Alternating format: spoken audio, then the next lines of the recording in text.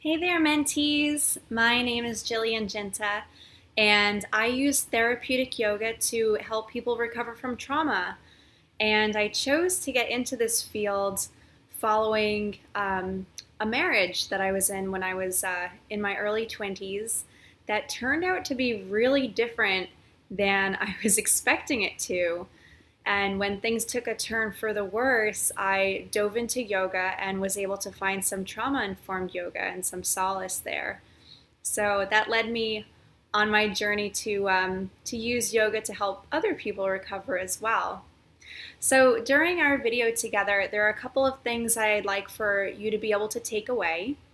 And those are what trauma is, the factors that make us susceptible to trauma, and or the symptoms of post-traumatic stress disorder, how a traumatized brain acts as compared to a healthy brain, the role of the body in trauma and its recovery, and how the nervous system chooses our response to trauma. So we have lots of science coming at you, but first I would like to invite you to take just a couple of belly breaths with me. Taking a deep inhale, letting your little Buddha belly stick out if that's possible for you. And then finding your own rhythm, finding a full exhalation. And together we're going to do that just 2 more times. Big breath in, full breath out. And then once more going at your own pace. And the more you loosen your belly, the more you're actually going to get out of this. And it all has to do with our vagus nerve. Our vagus nerve is the longest nerve in the body. It actually starts all the way up here by your brainstem. It travels down through your spine, and it comes to innervate in your belly. And by innervate, I mean that there are dense clusters of nerve endings there. And similar to the way that the conductor of an orchestra would keep everybody on the same page, that vagus nerve has nerve endings that touch each of the organs in our abdomens.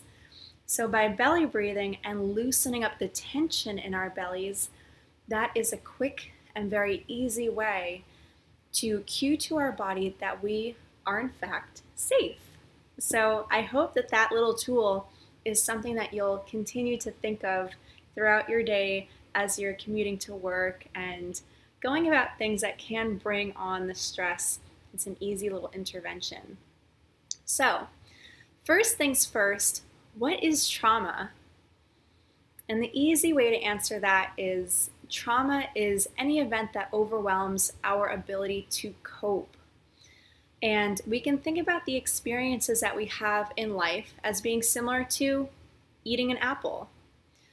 In normal life, any normal event, even difficult, uncomfortable ones, those would be similar to taking bites of the apple, chewing them up, digesting them, really assimilating the nutrients, assimilating all of the knowledge that we can milk from our experiences, learning, cultivating resilience as we face challenges, and making meaning, having useful experiences. Well, trauma is different. Trauma would be as if we took that apple and we crammed it directly into our bellies without doing any of the work to break it down. In its heavy and its dense form, management becomes a lot more difficult. We have it remains painful and meaningless in its dense form, and it requires concentrated practice to break it down. But we can do just that. We can actually take steps to break down our traumas and relieve ourselves of their density and actually enriching our lives as we find meaning that came from our suffering. So trauma is subjective. The events that overwhelm one person might not always overwhelm another person. And often they're dependent upon the factors of the trauma. The first factor that will influence us is our age. Very young people, very old people are very much more susceptible to traumas. mostly because they either don't have their coping skills in place yet if they're very young, but for either demographic, they rely on caregivers for support. Some of the other factors include the severity of the threat, the degree of physical harm that might be inflicted upon us, whether or not there's a possibility of escape, our present coping skills. Have we gone through anything similar? Have we survived anything that has led us to cultivating any resilience? And other factors are cumulative effects of previous traumas. If I've been worn down by other life events that have happened recently or happened in my past, I'm going to be more susceptible. And finally, what kind of support system we have after the trauma has occurred. And a couple of important things that we need to know about trauma is that it actually changes our brain. It changes our brain and how it functions. Imagine that. First things first is that our threat perception becomes enhanced. We become more fear-driven. This means that we become awesome and amazing at picking out threats, picking out things that make us uncomfortable. Doesn't so much sound like a blessing. Nevertheless, it happens. Secondly, our filtering system becomes knocked off kilter. It becomes really difficult for us to distinguish, is this thing that's happening important for right now? And finally, we experience a dampened ability to be ourselves, to be present in the moment, to feel emotions or belonging. It becomes more difficult to have connections because we're just too wound up.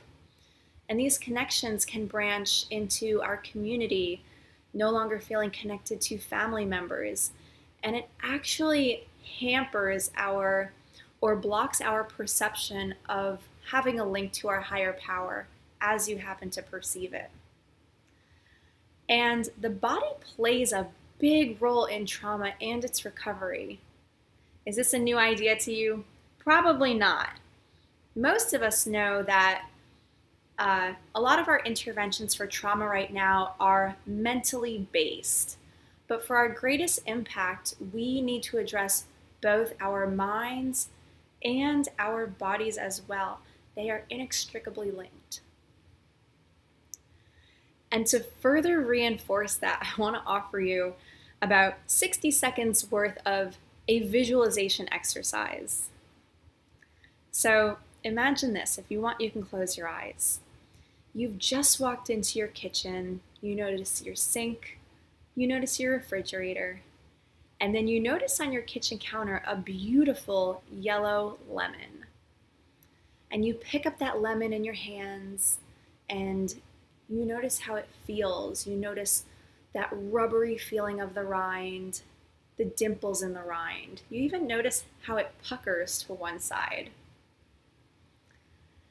And taking a slice out of this lemon, you lift it up to your nose, inhaling the scent, noticing how the lemon yields to your fingertips as you give it a squeeze, and that lemony mist starts to sprinkle up towards your nose. Lemon juice gathers at the top of the lemon. And then you lift that lemon up to your lips as you tilt your head back, and you squeeze the lemon juice into your mouth. Notice right now what's happening in your body. It's really common for people to begin to salivate. For me, I really pucker my lips. I'm not a huge fan of the lemon taste in any of its forms. Nevertheless, our bodies respond to everything we experience, as well as everything that we just think we experience. It doesn't matter whether it's real or not real. And that's a big problem for a fear-driven brain when we're constantly on the lookout for stimuli that reminds us of our trauma. So in a traumatized person, this creates a feedback loop that makes it feel as if the trauma is playing on repeat all throughout our day. And on the level of the body and our physiology, it very much is. That body is responding as if it's happening. That's because that's what it does. And to further understand trauma, we're going to take a look at the 3 states of autonomic activation. And when I say autonomic, I mean like the autonomic nervous system, which is an automatic system. The autonomic nervous system controls all of the body's functions that occur below the level of conscious thought, meaning that whether or not we think about our heart beating, it's still going to beat. Whether or not we think about digestion, it's going to occur. Likewise, if we don't think about breathing, that'll also take place, among many other functions. And this autonomic system has 2 subparts. It has a subpart for stress, it has a subpart for relaxation.